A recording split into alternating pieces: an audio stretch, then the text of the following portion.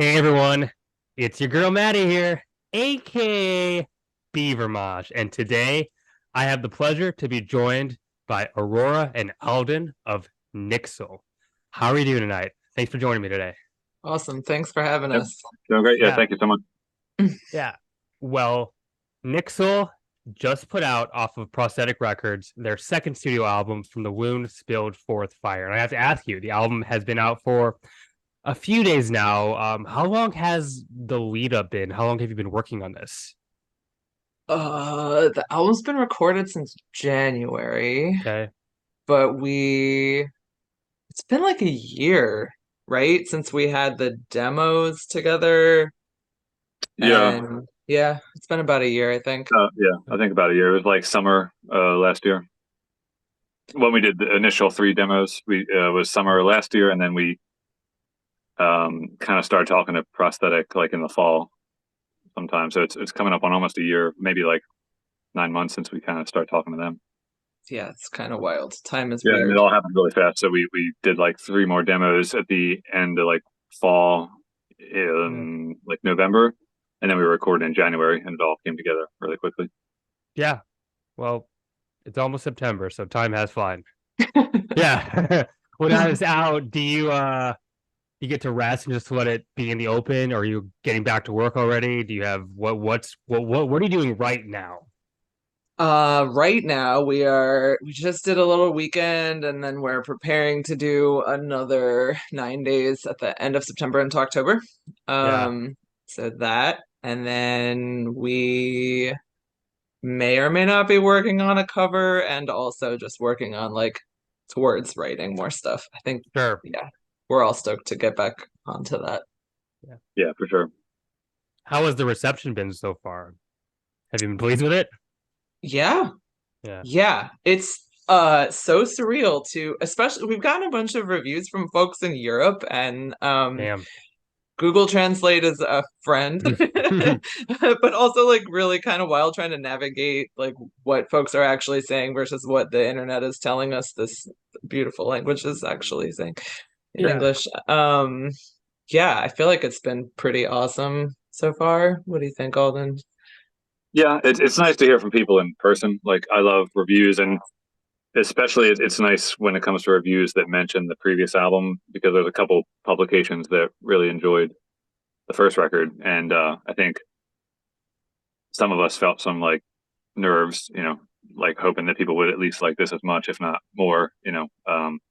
But it's nice to hear from people in person as well, like at shows and everything. And we run into folks who have seen us multiple times, and they're like really stoked to buy the record. And Mhm. um, we talked to someone last what Thursday night, was that Rochester, I think. Yeah, yeah.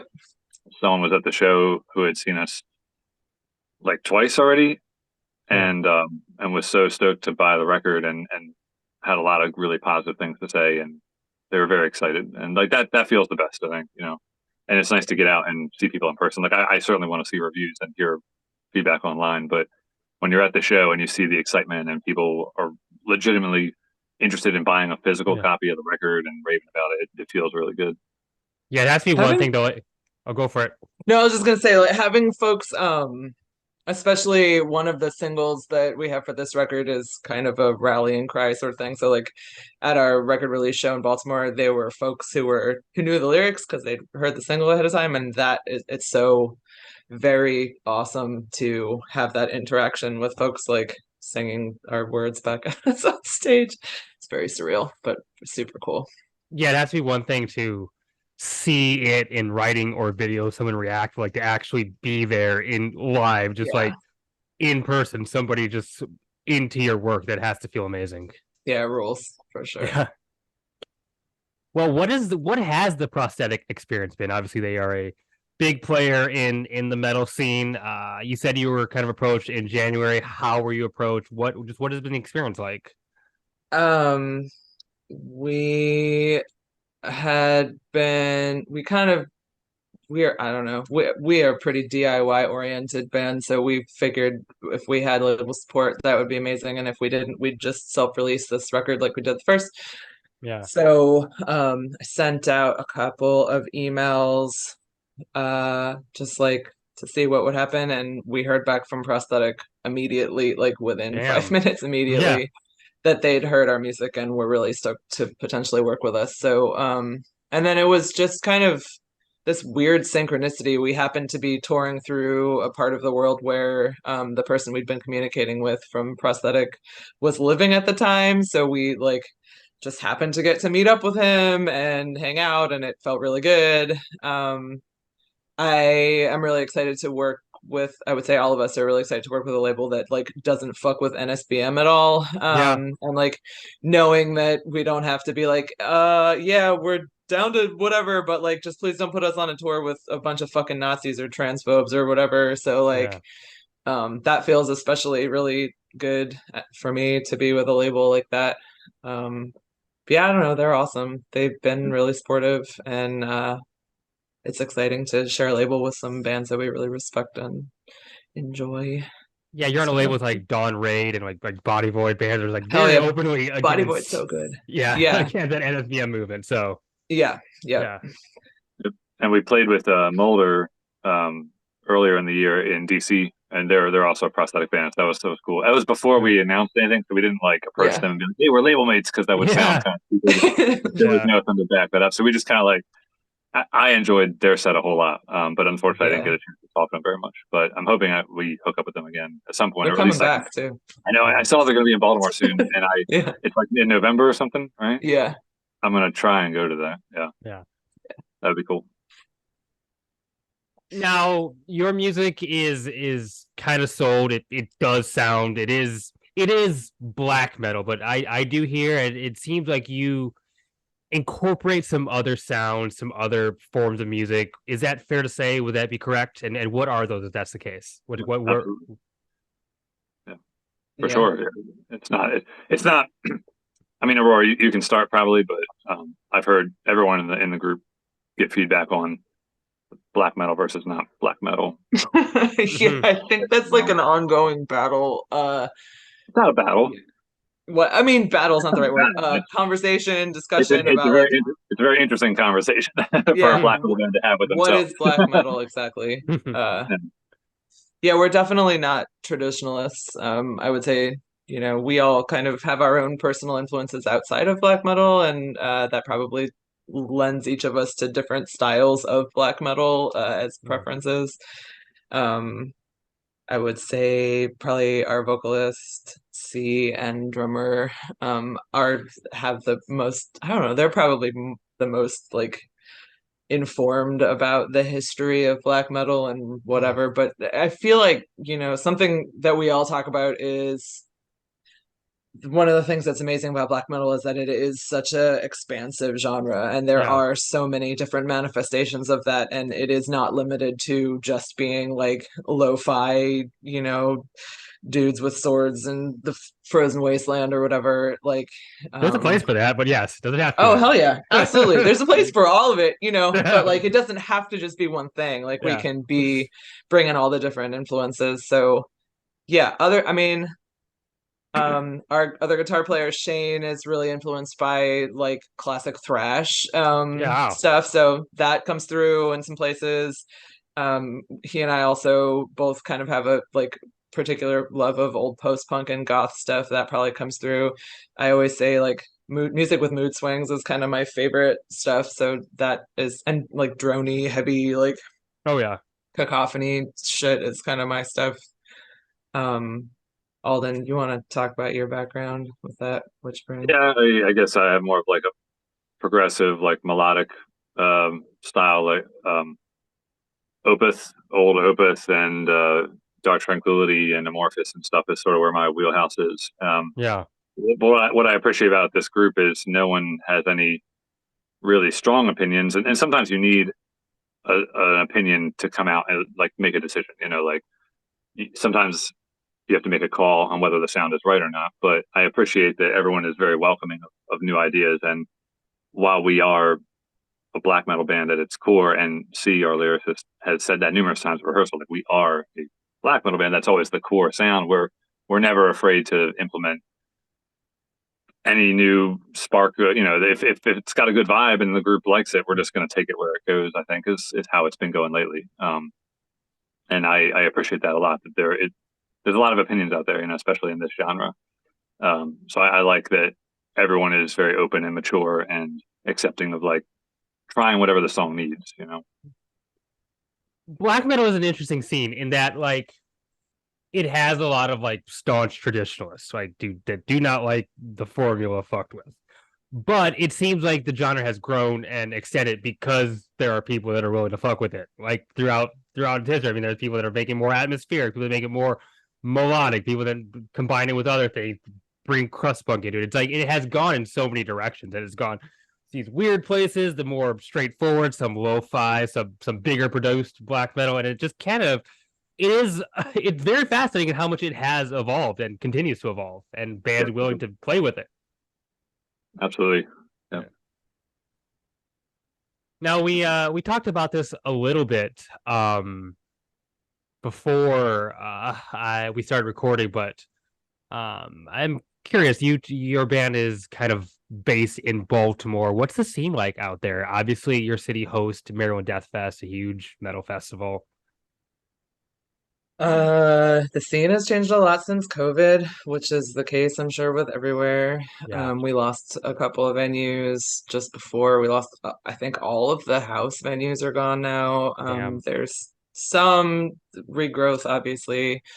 There was also a bunch of bullshit with cops around the ghost ship fire and that kind of stuff hit Baltimore prior to the pandemic and so on. A lot of bands broke up. And it seems like now the Baltimore scene is like super heavily oriented towards hardcore, which is super weird to me. I mean, awesome, whatever. It's just like, I don't know where that came from. And that's every time we tell folks that we're from Baltimore, they're like, oh shit, you guys like homies with End It or whatever. And we're like, yeah, those guys are rad. But also, it's so weird. I'm used to hearing people ask about Pig Destroyer and Dying Fetus and that. And like now it's all hardcore all the time. But there's still. We are lucky to have some really passionate like promoters who are doing the shit. Particular shout out to Hassan from Ripping Headaches. He's based in DC but also does Baltimore shows and he rules. So the scene is okay. It's like I think coming back. Hopefully we want it to come back. We're trying. I appreciate something about Baltimore that it is very like the scene is very diverse. It's not just like, I mean, I feel like I'm not a person of color, but I feel like representation of people of color within the scene here is like certainly more visible than other places that we've visited, which feels really awesome. Same with like queer, trans, and femme folks. There's definitely more of us around, which feels really good here. Baltimore doesn't fuck with assholes that much, which is nice. And I don't think there are any NSBM bands here, so that's also really good. Yeah, I don't know. What would you add to that, Alden? I mean, my experience in the scene is there's different scenes. There's like rock scene and metalcore scene and kind of progressive, heavy, like just groove metal bands. Like we have a lot of variety, but it's always been tough to put a finger on like the Baltimore scene. It kind of ebbs and flows like anywhere, and there's a lot of downtime where it is tough to get people out to show sometimes, or it is tough to see like a real presence, but that can change month to month as well. It's tough to really feel out for me. I also don't get to go to as many shows as I would like to. I live a little bit farther north, and I pretty much have to like carefully plan, when and where I go out. So I'm not as much of a authority on the scene. It's just, you just want to see people excited about the music. That's, and I know they are. It's it's more. I don't know. Like it's hard to like Aurora. It's hard to put into words. I guess like whether there's a strong presence or not. I think there is. It's just sometimes we feel the difficulty of like finding the pulse, like gotta bring it back. I think we can. Yeah. Cool. Well, I pulled this quote from some of the promo materials I received because it really stuck with me, and I'm going to read it and then I'm going to ask you kind of for some clarification on it, but from the wound spilled forth fire is the manifestation of the will of 5 individuals in collaboration, crawling toward catharsis and escape from the oppressive grasp of this rotting society.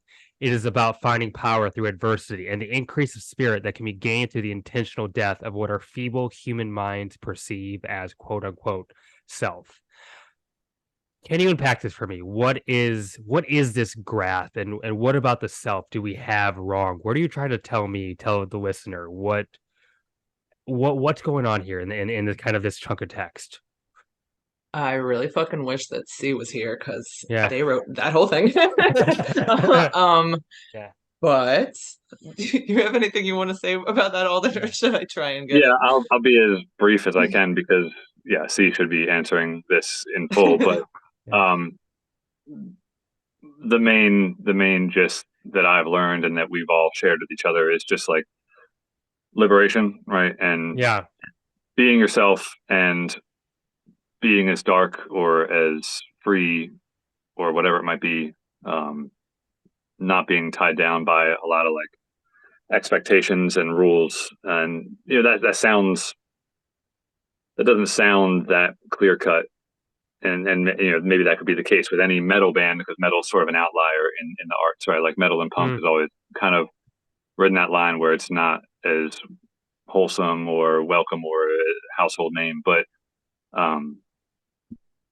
C would tell you a lot more about like the shackles of this world. But I think just as a statement, it kind of lends itself to like the freedom of expression that we have within this band as well. Like kind of what we were talking about before, musically, how it's not tied down to one specific thing. Mm-hmm. We certainly have freedom here. We talk about a lot of with our past album and this one. We talk about a lot of the concept of ego death and like what that Yeah. means in an esoteric sort of way, and also in a practical way.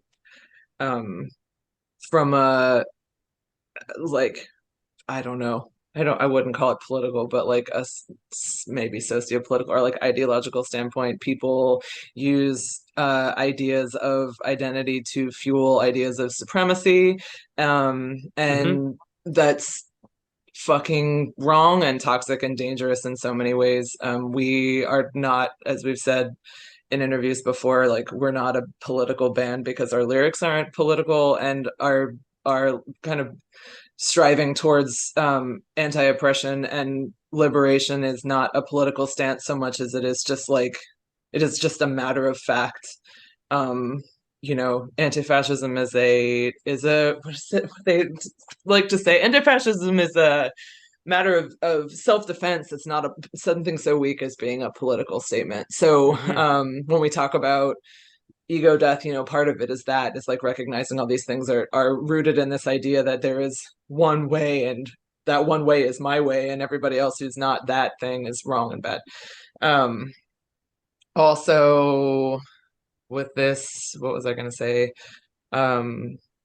Reflecting on our first single, I feel like that the symbolism of that video kind of sums this up in a way. We used the image of the Hierophant card from the tarot, which represents this like oppressive figure.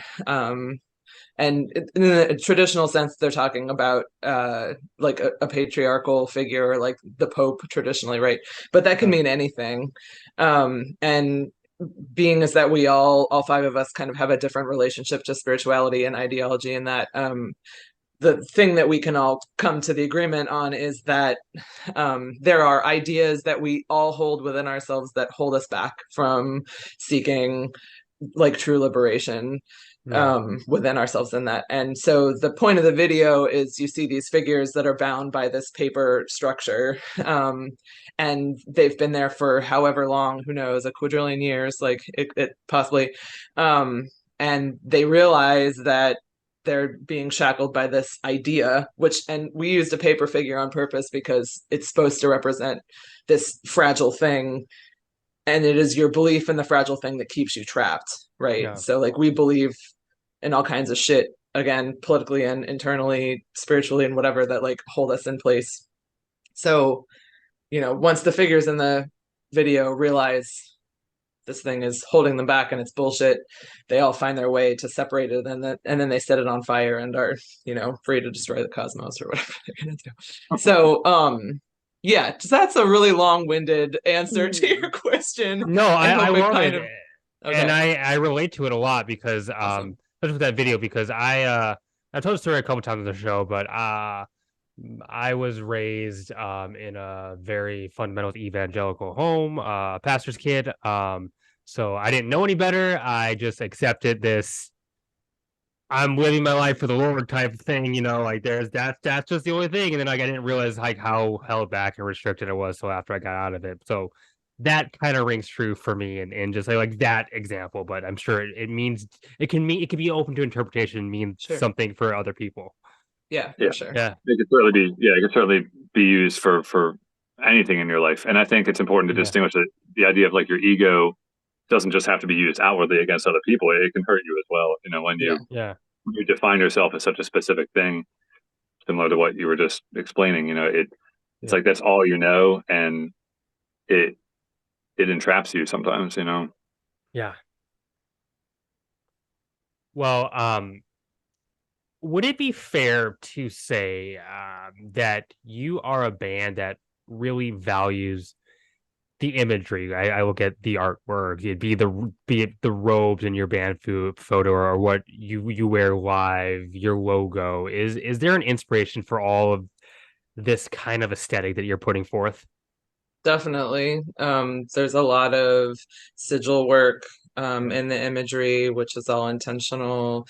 We're really fortunate that all of the art and imagery is done by members of the band. Mm, So we have that added piece of like being able to incorporate our own intent and energy into the actual like visual representations of the intent behind the music. So yeah, I would say short answer, yes, everything is intentional for in various ways. Like it either that it was like an image that had been kind of present as in relation to lyrics, or like for example, the image on the back cover of the record was not intentional but became really meaningful. It was done, and Alden, stop me if I'm getting this wrong, but it was during Shane, our guitar player, is also a very talented video person and photographer, and was hired to do a video shoot for cover for Decibel of Max Cavalera.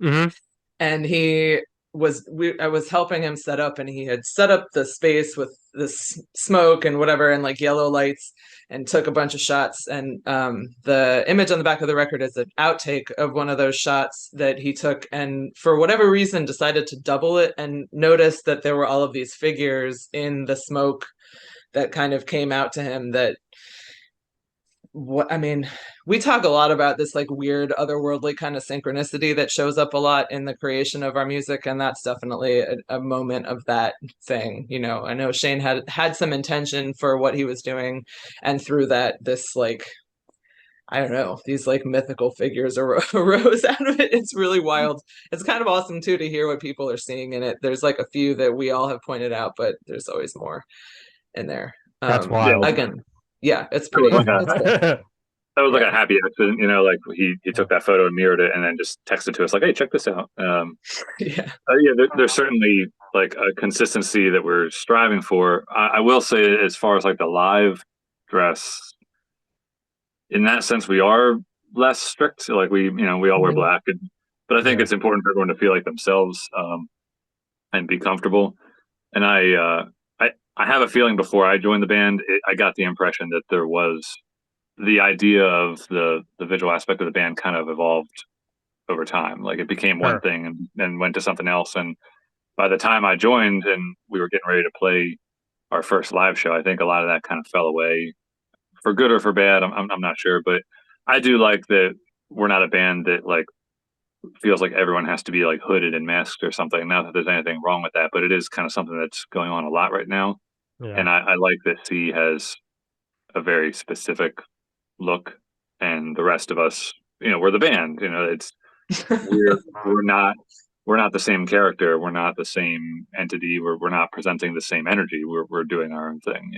And I Mhm. think that takes some pressure off, and there aren't really strict rules with that. Sick. Well, you went with James Fotkin to master this. Can I ask what led you to that decision, how that connection came to be? Obviously, he has a very impressive resume. Yeah, I had worked with him with my previous band, and we worked with him with our last album in this band Yeah, also. As a bass player, I really appreciate how he makes bass sound on vinyl, so yeah, I'm biased on that. yeah, Um, there's no sound loss, which is great. He's just he has a really unique approach to mastering. I think he's like both really like kind of like open to folks input, but also he knows how to bring it out, and what he wants to hear, and it just yeah. really has always kind of resonated for us, I think, between the first album to this one. Um, yeah, he's also amazingly accessible, which is really rad. I don't know. I'm Cool. sure he's probably like super fucking busy, especially now that the Con 8 stuff's come out, right? Yeah, But he's always doing like posting stuff about his, all the like synths and whatever he's working with, which is amazing. But he is really accessible to bands, which is amazing because there's so much gatekeeping, and there's also so much like insane fucking cost for shit and whatever else. And to be able to work with somebody who's like a musician's musician who like loves the process and really like wants to get in and listen to it, or at least it seems that way. yeah, It's a real pleasure to work with him, I think. yeah. Yeah. Well, we've talked about it a little bit, but I kind of want to circle back to black metal as a concept.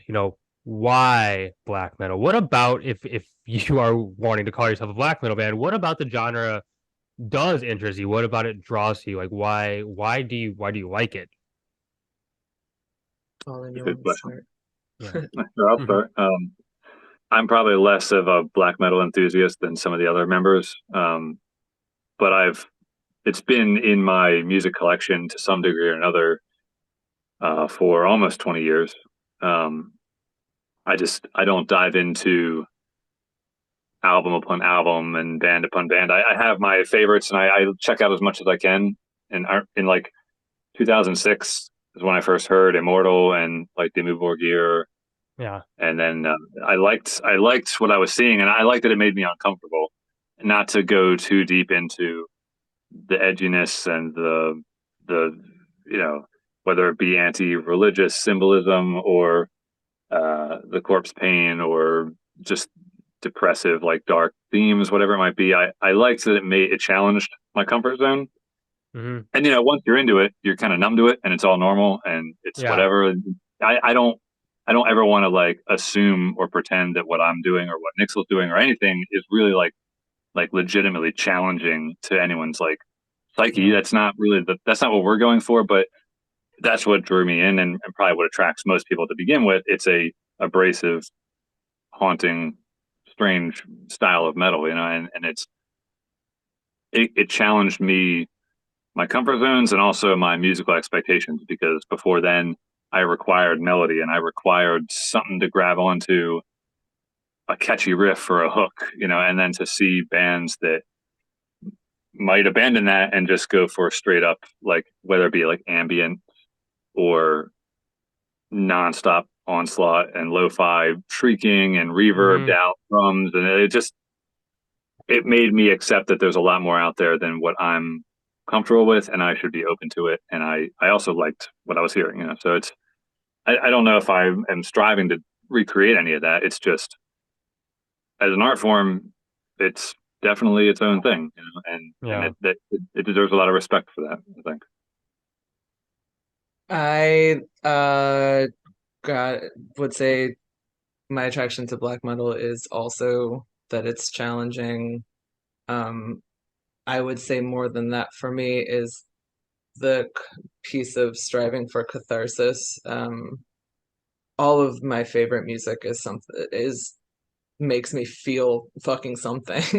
Yeah. And I feel like, for whatever reason, it's really common trauma response to the world or like individual experiences is to become numb and disassociated, and I like really appreciate that a lot of the aesthetic and intention and sound of black metal is like it makes me fucking feel something.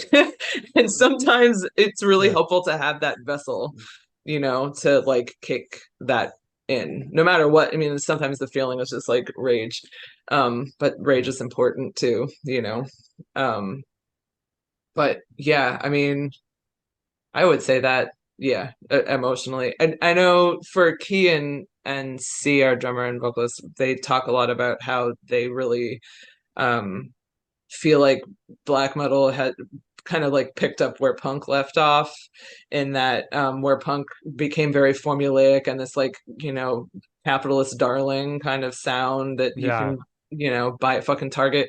Where it, like, the intention of it originally was to push boundaries and to have a revolutionary ethos and like fuck with the status quo and represent all kinds of different, like, whoever the fuck wanted to pick up an instrument and try and play and like do something. And then it became this like really sonically interesting and challenging genre before it was, bought and sold, whatever. Like, black metal still has that spirit to it, which is really attractive, I think, to all of us. That like we talked about tonight, even previously, that like it can be so many different things.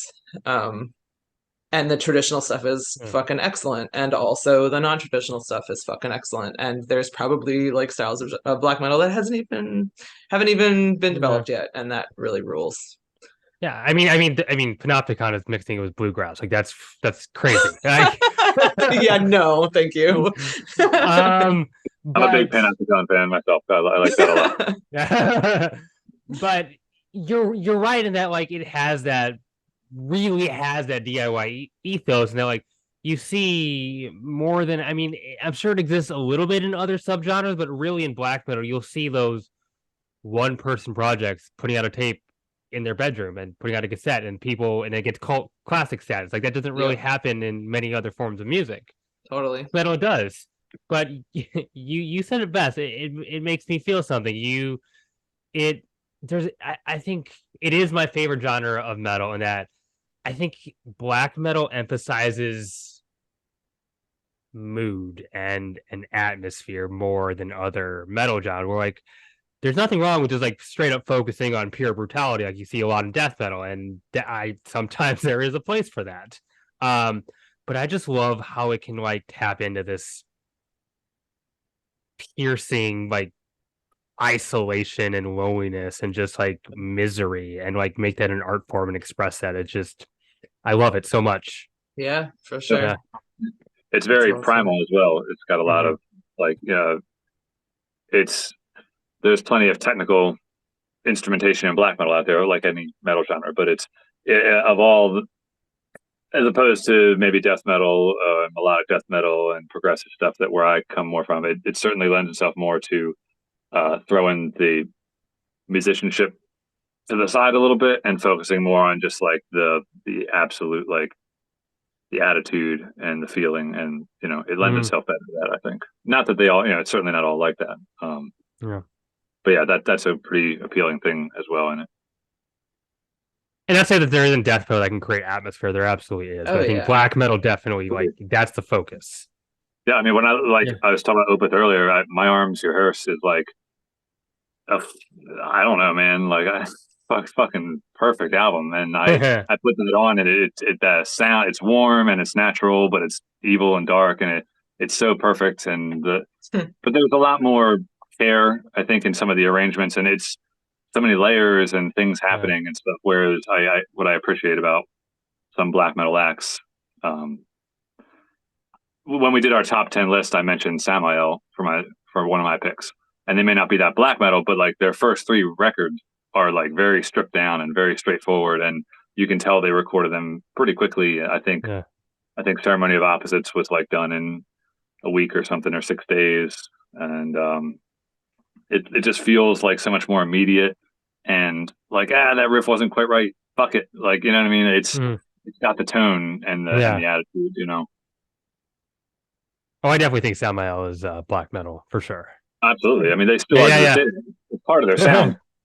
They're one of my favorite bands ever, and I Yeah. really appreciate how they've grown. But like Ceremony and Passage, and the first two records, Worship Him and Blood Ritual, is just they don't get talked about a whole lot. I don't think, and not that they're underappreciated. I just think when it comes to the big names, they're from Switzerland, and I think that they brought something really unique to that early sound that a lot of the Mhm. other groups didn't have. Yeah.